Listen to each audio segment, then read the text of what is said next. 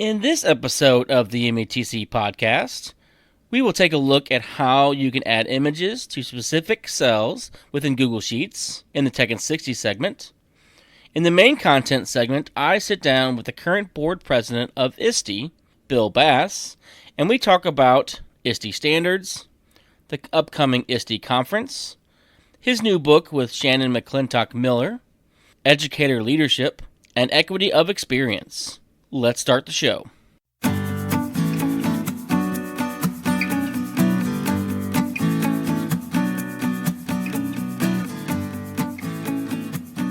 Welcome to the Midwest Education Technology Communities podcast, otherwise known as METC. METC is a nonprofit organization based out of St. Louis, Missouri, with a mission to motivate, engage, transform, and connect all learners to advocacy, partnerships, and professional learning opportunities. METC is a premier affiliate of ISTE. To learn more about METC, follow us on social media at METC Ed Plus. You may also check out our website at metcedplus.org. METC is a program of Education Plus. To learn more about Education Plus, go to edplus.org. It is now time to begin our current episode. We thank you for listening and enjoy the learning.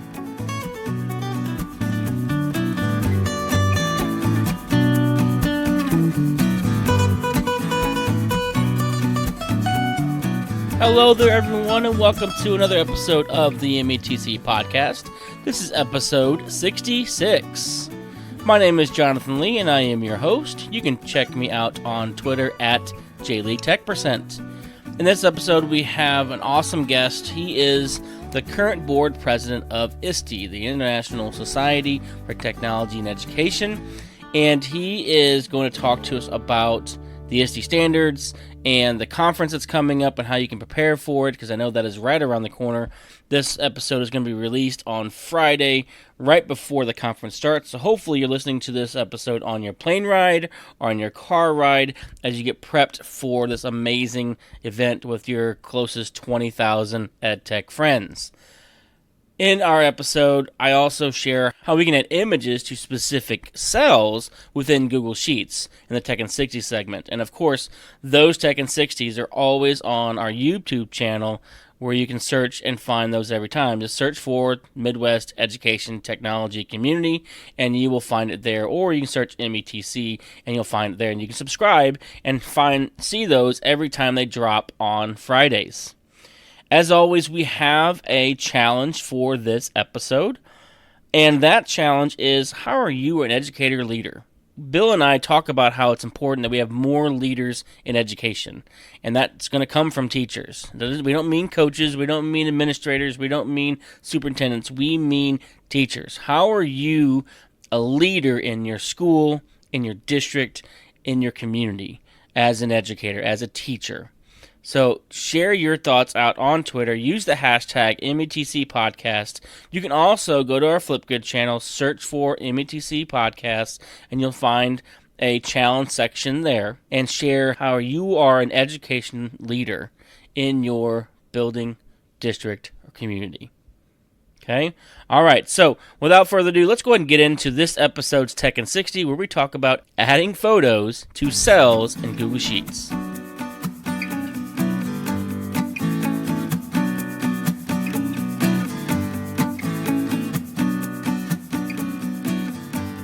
For this episode of the podcast, we are going to talk about episode 84 of the Tech in 60 series.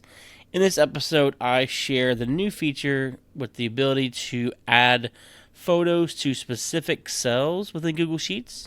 So if you're in Google Sheets, you've always had the ability to add photos, but it's been kind of clunky. They kind of lay over top of cells, and you can move them around. It's great, but they kind of just sit out there. Right? And so now you have the ability to actually insert photos within the cell. So if you go to your insert menu, hopefully you see this by now, because it has been out for a little while. Mine finally does not have the new label next to the feature. But before, you just had the image icon when you went to insert. Now you have a little arrow pop out that gives you two options: the insert image in a cell and image over cells, which is what we're used to. The image in a cell, what's neat about it is the fact that it conforms to the size of the cell. So if I have a standard size cell, which is like a rectangle, right, and I put in a rather large photo, it's going to shrink it down to the correct size for that cell. It will not expand the cell unless I manually expand the cell, so it's kind of cool. And then when I do expand the cell, the photo expands with the cell itself in its correct proportion. It does not deteriorate the photo at all. So it's a really cool feature, definitely worth checking out. So again, go to Insert, click on Image, and you should have two options now, one for image in a cell and one for image over a cell. And as always, if you want to see the video version of this episode, go to YouTube and search Midwest Education Technology Community, and you will be able to subscribe to this series there and catch all the videos when they come out. Thanks for listening. Check out this cool tip within Google Sheets. Let's get on with the show.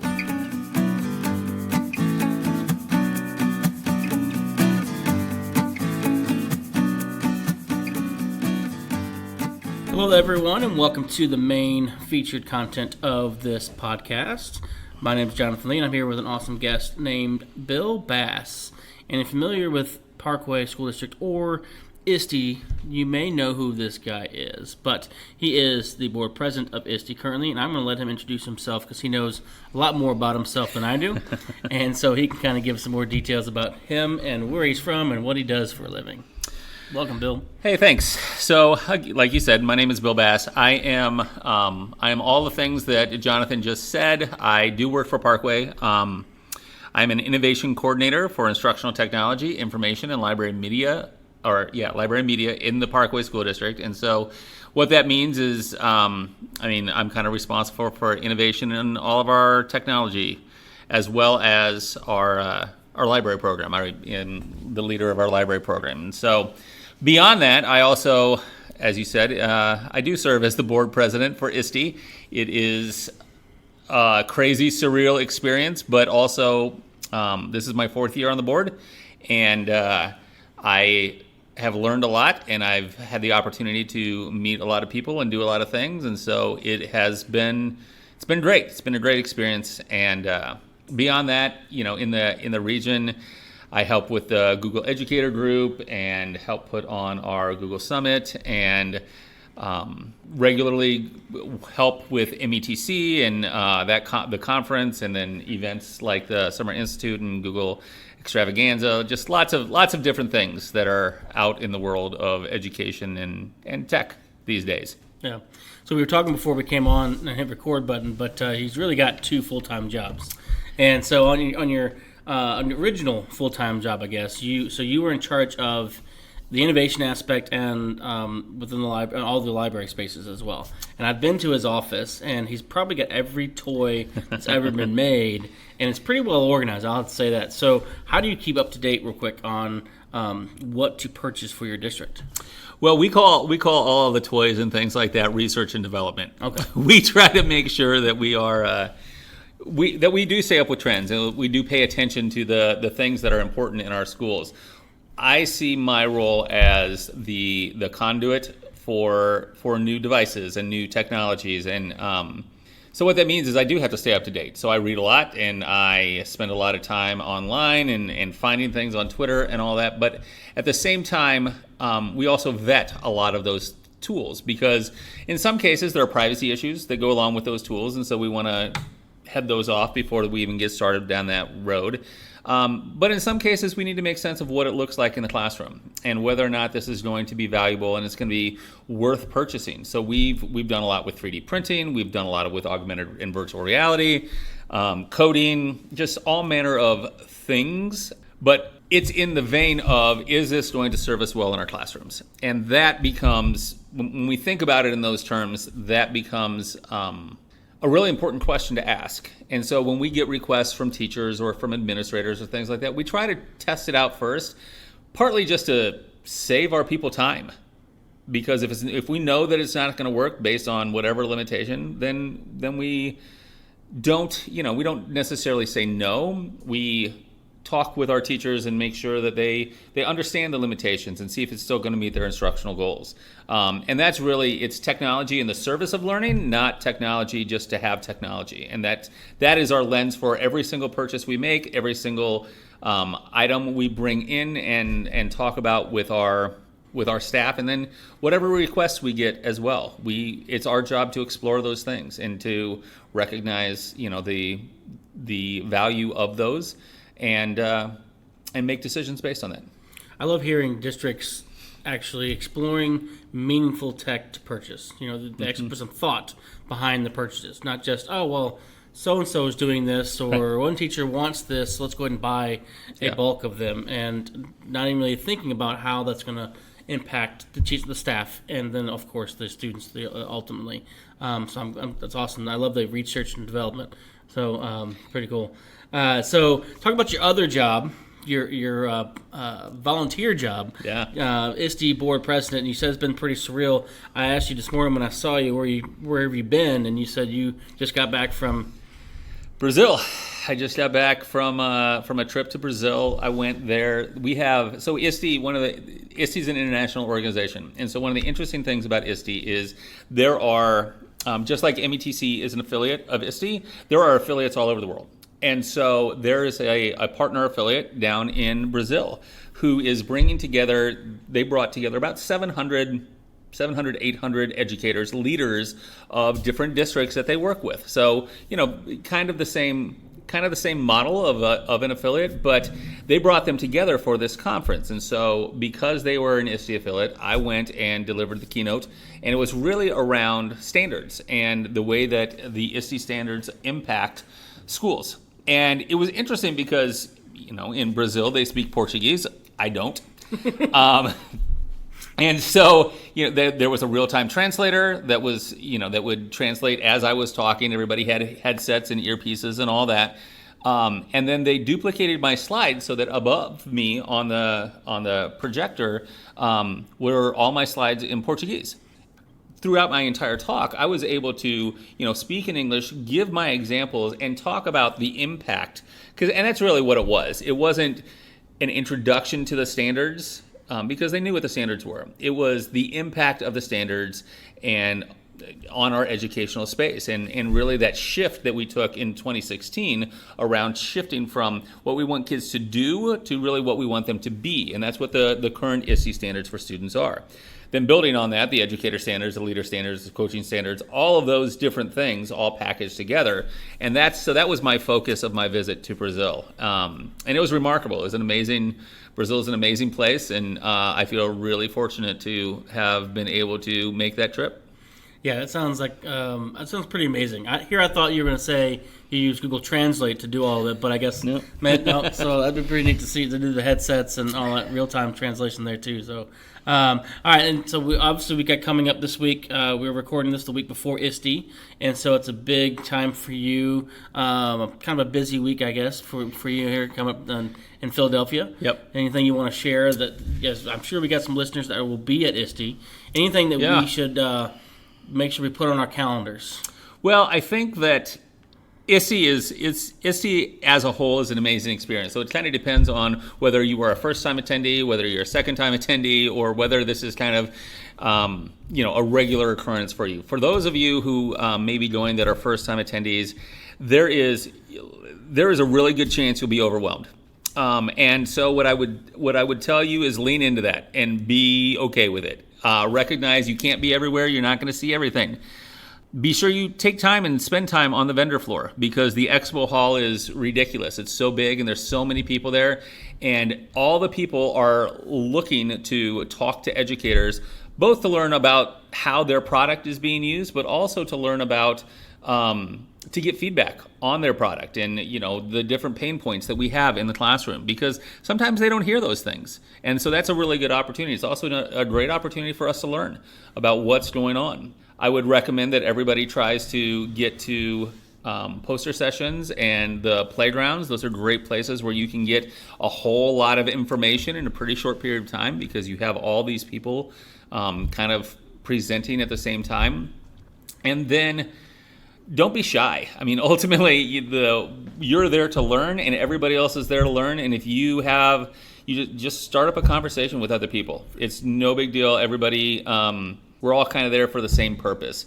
But there will be about 20,000 people there, and so it's going to, I tell people that it's, welcome to this party, and 20,000 of your closest friends have joined you this year when we're in Philadelphia. I know that there are lots of after hours events and things like that people can go to.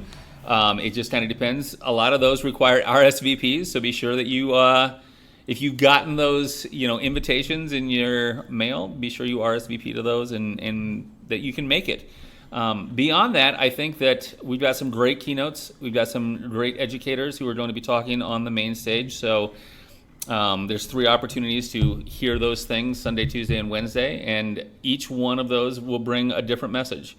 And I think the biggest thing that I would tell anybody going to ISTE is just go with an open mind and recognize that there are people there that are going to push your thinking. And that's important. That's why, to a great extent, that's why we go. Yes, it is a tech conference, and yes, there's a lot of technology, but it's really a lot about innovation and a lot about what's currently happening in educational spaces, whether that is things like congressional advocacy or really technical, like tech director, boxes and wires kind of things, or whether it's, how we use technology with preschoolers and kindergartners. There's something that for everyone there, and that's really what's cool about ISTE, is that it is not based on only a specific content area, but it's the technology and the innovation that kind of binds everyone together in that space. So you mentioned the different types of sessions, poster sessions, and playgrounds. So if you're looking at the schedule online, the schedule online itself, or the app, can be very overwhelming. Yeah. So you definitely want to filter that down Yeah. to the day you want to look at, or a specific strand you want to look into. But if you're looking at Monday afternoon and you want to see Jonathan, you should come to our poster session from 2 to 4. Or you can come to the playground for Google at 2:15, I believe, on Tuesday. I'll be there too. So Nice. I'll give myself a selfish plug on that one. But yeah, it's definitely something that you have to get used to. This will be my 4th year going. Lucky enough to do that. And the first year I went, I think it was just crazy. Yeah. I did not spend enough time on that vendor hall. There's so much to learn and gather there. And you talked about your research and development, your R&D. Mm-hmm. What a great place to get started with that, and maybe take some ideas back to your tech department, or if that's you, take stuff back to your district. But yeah, there's so much to do there, and I can't wait to see and meet my other 20,000 friends there. Yeah. So pretty exciting. But so your role with ISTE, I don't know, maybe you didn't bring out this new topic or this new book that you got coming out. Yeah. But it is being published by ISTE, so I imagine they had something to do with it. We do have a book that has recently come out with ISTE. It actually came out at the beginning of April, middle of April, I think. It's called Leading Beyond the Library. It is a book that Shannon McClintock Miller and I wrote together. And it is really around, it's focused on libraries, but it's really a leadership book. And it's really one that we're super proud of it, because what it does is it looks at the different facets of how we can lead from wherever we are. So we chose the library because I run a library program, and Shannon is an amazing librarian, teacher librarian from Van Meter, Iowa. But what we did was we tried to take our experiences and build them into a sequence that would make sense in order for librarians to see themselves as leaders, and for them to, kind of embrace the role of leader in their space. Because, and not just librarians, but education needs leaders. We need people who are going to push our thinking and be really intentional about questioning why we do some of the things we do, and the decisions we make as schools. One of the things that I regularly say as a district administrator in Parkway is there are things that we have to say no to that are really good things, because we don't have the capacity to do them. And sometimes those things are things we should probably say yes to. And maybe we don't know, maybe there's so many scenarios, but it takes leadership, and it takes people in schools who are willing to be leaders, and not just because they have the title of a leader. not because they are a principal or a coordinator or a coach or something like that, but people who work with kids every day, our teachers who work with kids every day. We need them to step up as leaders. And that is why this book exists. It's really to empower our librarians specifically, but I think it can, reach out to any school, any teacher or anything like that, just because most of the topics that we cover in there are general enough that you can see yourself in that. Our examples are specific to library, but the actual, as you are looking at the different things that we talk about, that is work for everyone. That is, and it's not just something that librarians should be the focus of. So it sounds like Bill and I are both ISTE certified educators, which dives deeply into ISTE standards for educators and looks closely at the students as well. And if you're not familiar with those standards, you should definitely go check that out, ISTE.org. I imagine /standards. /standards, yep. We'll get you there. And so you definitely should check that out, because Standard 2 is called Leader. Mm-hmm. And we have a lot of educators that go through this certification program. And recently we've had more teachers, and they're like, well, I'm a teacher, not a leader. And that standard really helps them understand that we are all leaders in some way, shape, or form. And I like the book, even if it's from a librarian's perspective. I agree with you that we should be able to adapt what you're talking about. And I'll make a pitch. It sounds like you could have a whole series on on the perspective of leadership from each area, whatever it's subject or grade level. What does it mean to be a leader from a kindergarten's perspective? Right. We got a couple kindergarten teachers here that we were at a workshop today, and I bet those teachers could tell us how they're leaders for their building. Yeah. And it may look different from a kindergarten perspective than an algebra teacher at 12th grade, but you know what? We're all leading some way, and I agree with you. We definitely need more leaders in education, more leaders in the classroom, because our students feed off of that. Yeah. Because they're going to be our future leaders, and they can be leaders now. So that's awesome. So let's get into your chapter, like on some of the subjects. You said there's many examples. What else can you kind of tell us about the meat of the book that you haven't already covered? So one of our we have a number of different topics in there. I'll hit on a few of them. One of those is digital age mentoring, and we talk a lot about as leaders how we can help each other, and how we can. A lot of times when you think about mentoring, you think about someone who has lots of experience of mentoring someone who has less experience. Like that's the relationship of the mentor-mentee. But at the same time, when you think about how you are a digital age mentor, what that means is it's not just about teaching somebody else, but it's about setting the example. And that really lends itself back to the ISTE standards. The entire book has ISTE standards written all over it. But when we think about who we want our kids to be, the only way those kids are going to be those things if educators are these things. And that's why we have the standards for students. That's why we have the standards for educators, because they build on each other. But the students are the base. And so when we're thinking about mentorship, it's around the experience that teachers have, but it's also about the modeling that we do and making sure that the decisions we make, the intentional decisions we make as teachers, are sending the right message to our kids and sending the right message to all of our colleagues. And so that can be as simple as things like copyright. Just being sure that we cite our sources, or that we don't use images that aren't freely available to use, and things like that. That is, at its base level, that's how we can mentor. And we can be really intentional about the decisions we make and pay attention to the decisions we make. And that comes all the way down to like the content that we put in front of kids, or whether that's textbooks, library books, digital subscriptions, all of that stuff. We have to be it's our responsibility to be really intentional about what we put in front of our kids. And that's really what that mentorship piece gets to. Another one that's pretty interesting, another topic that we talk about is equity and how we lead through equity, and the ways that we can approach equity in our schools. And in a lot of cases, what we talk about when we think about equity, we think about a few different things. But what our focus is around equity of experience.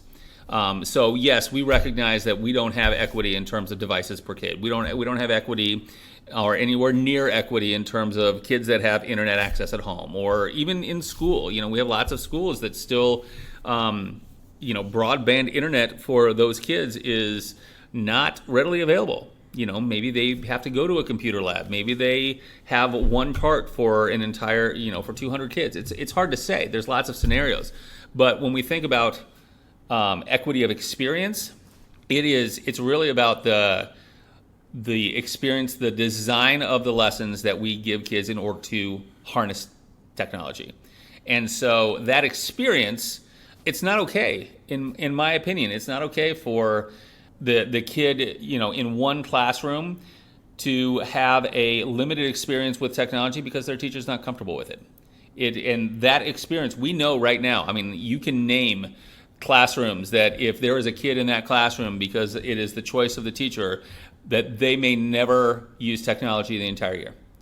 And it's 2019, that's not okay. And we really need to think about how we lead in that space so that equity of experience becomes more it's just one other piece of equity that we need to solve. And we're going to do that through PD. We're going to do that through organizations like METC and ISTE and all of that. But that is where that's really where we have to spend some time, because ultimately devices get cheaper. Internet gets cheaper. It's becoming more ubiquitous in terms of access. But the experience, the intentionally designed lessons and the experiences that we give our kids, that has to be an important piece. And so how do we as educators lead through that and lead through the design process of giving those kids experiences? And that becomes, that's really the basis for a piece of the book. We have a lot of other topics that we talk about, and there are a lot of other examples, but those are two that I would say are kind of highlights in terms of really something that would resonate with lots of different people. Yeah, I can see that being a pretty intriguing topic to talk about, the equity of experiences. I travel around the state of Missouri looking at educators from a collaborative and data standpoint because of the grant work that I do. And I can just tell from my observations that the experiences that different fourth graders are getting or fifth graders are getting in different schools, even in the same district, are very different from a tech standpoint. Totally. The content's the same to a degree. But the presentation, the engagement level is completely different because of the amount of tech involved in what's being created, I guess, from students. And that's a big difference, too. Yeah. Just how are students regurgitating information? Are they creating information, or are they just circling answers on a test? Right. Very different there, too. So, all right, sounds very intriguing. It's been out since April. You said mid-April. Where can we access this book? Where can we get it? ISTE.org. There is under the Learn menu, there is a place for books, and it's also available on Amazon and a number of other places. So if you just search for Leading from the Library, it's actually Leading from the Library in the Digital Age is the full title. And there's lots of places that you can get it, and hopefully lots of opportunity for it to, do some good out in our schools. And that's really the key, is helping our librarians and our teachers and our administrators to a great extent know how to leverage leaders and build leaders in their schools. Awesome. Well, if you're listening to this before you head to ISTE, ISTE does have a bookstore at the conference. I imagine this book will be in it. It will be. Bill will be a little busy that week, but I imagine if you buy it and are able to track him down, he may even sign it for you free of charge. So pick it up there. Catch up, Bill, and see if you can get that taken care of. But, Bill, I want to thank you for taking the time to be a part of this podcast and sharing all the awesome work you're doing both in your district and for really, I guess, the world on ISTE. So it's pretty cool to say that. So thanks for being on here today. Totally, I appreciate it. Thanks so much.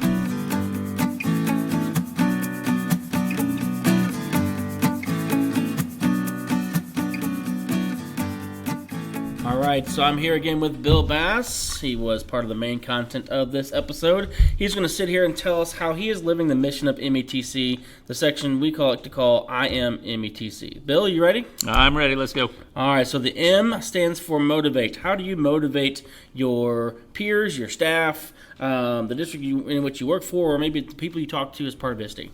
I think the big thing that I try to do is be a model and be on the cutting edge of things, and really be visionary, and thinking beyond our current reality, and recognizing trends of what's happening next, and then talking about those and bringing those to our schools, our leaders, and our teachers. Awesome. And E is for engage. How are you engaging others? I engage others through a variety of things. Online is a really easy way to engage, but I also spend a lot of time talking at conferences and trying to bring those varying messages out to the world, just through writing and speaking and just having conversations with folks. Okay. T is for transform. So what is an area in which you have transformed personally, or how you've helped transform others? I think my transformation has a lot to do with ISTE, actually, and just the experiences that I've had on the board, and being able to broadly see the field of education, and specifically technology, a little bit differently, just because I have insight into and can talk to and visit schools around the world and have conversations with those educators. Awesome. And finally, we've got connect. Who are you connected with that others listening should be connected with as well? Well, I would say, one of the things, connect with ISTE, first of all. I mean, there's so many resources that are out there. And then, to say that there's individual people to connect with, there's tons of them, right? It's really hard. So what I would encourage folks to look for is find the people who are, kind of interested in the same things you are. With ISTE, we have PLNs and things like that, but you can do that in so many ways. You don't have to we're no longer time-bound or space-bound. And so let's figure out how to connect with varying people. So I would connect with organizations like ISTE, METC. I would connect with and follow if you're a librarian, the Future Ready Library group, and just try to find those people who are like-minded that you can learn from. And then the more you give, the more you get. And just be generous with your time and your information and your abilities and your gifts. Sounds awesome. All right, so you heard it here, folks. Current board president of ISTE is living METC's mission. Thanks, Bill. Appreciate it. You bet.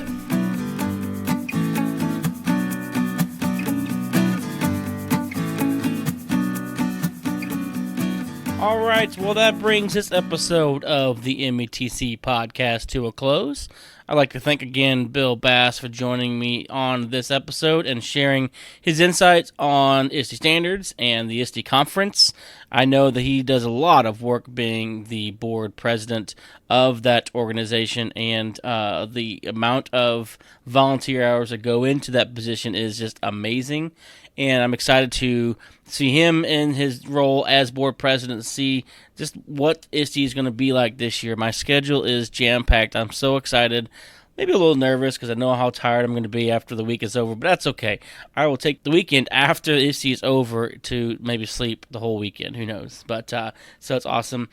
Be sure to check out his book, ISTE.org, and you can find it under the learning section, find books, you can find it there. If you are going to ISTE, definitely check out the book in the bookstore, and if you catch him, see if he'll sign that book for you. I bet he will. He's a super nice guy. So glad he was able to sit down with me at our METC Summer Institute and talk about that particular topic.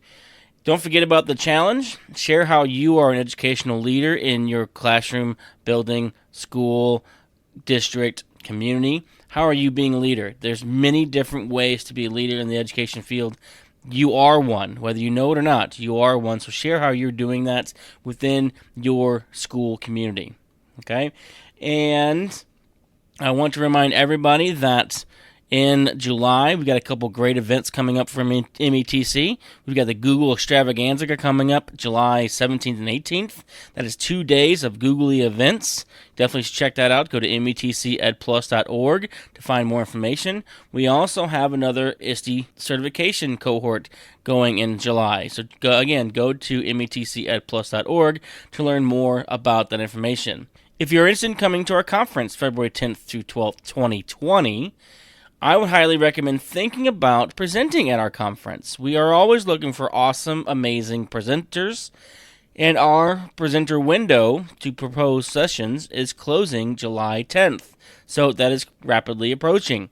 I would think about what you have to share with our community and put in a proposal. You never know. Definitely could save you on admission into the conference, and it's a good excuse to say, hey, principal, I need to go to this conference because, well, I'm presenting. So definitely something to look into. Again, METCEdplus.org has more information how you can possibly present at the 2020 METC conference in February. It's going to be awesome. A lot of people, that one is not an ISTE event like 20,000 people, but it's about 2,000 people with kids and vendors and educators from all over the place. So definitely worth checking out there as well. I hope that I will see you in the next couple days at ISTE. If I don't, you can always reach out to me on Twitter at JLeeTech%. My contact information is on our website at METCEdplus.org. But again, hopefully I'll catch you at ISTE. I'm doing a few sessions. I've got the poster session on Monday from 2 to 4 with my EdTech Pod Squad peeps. I also have a panel session on Tuesday with my EdTech Pod Squad peeps. That one is 4:15 to... that one is 3:15 to 4:15. And then I'm going to be in the Google Playground from 2:15 to 2:45, talking about the Google Science Journal. I'll also be helping out in the Osmo vendor booth. You should come check us out there as well. I'm pretty excited about that. And I'll also be helping out in the Google booth. You should come check me out while I am while I'm standing there as well. I think I'll be standing in the Jamboard section. I'm always loving sharing about that particular app. So, again, thank you for checking out the show. I greatly appreciate it. Hopefully you are enjoying the content in which you are listening to. If you are, please review us at Apple iTunes or Apple Podcasts. I greatly appreciate that. Those reviews help others get the show. If you are sharing about the show on Twitter, use the hashtag METC Podcast. Until our next episode comes out in a couple weeks, have a good one, everybody.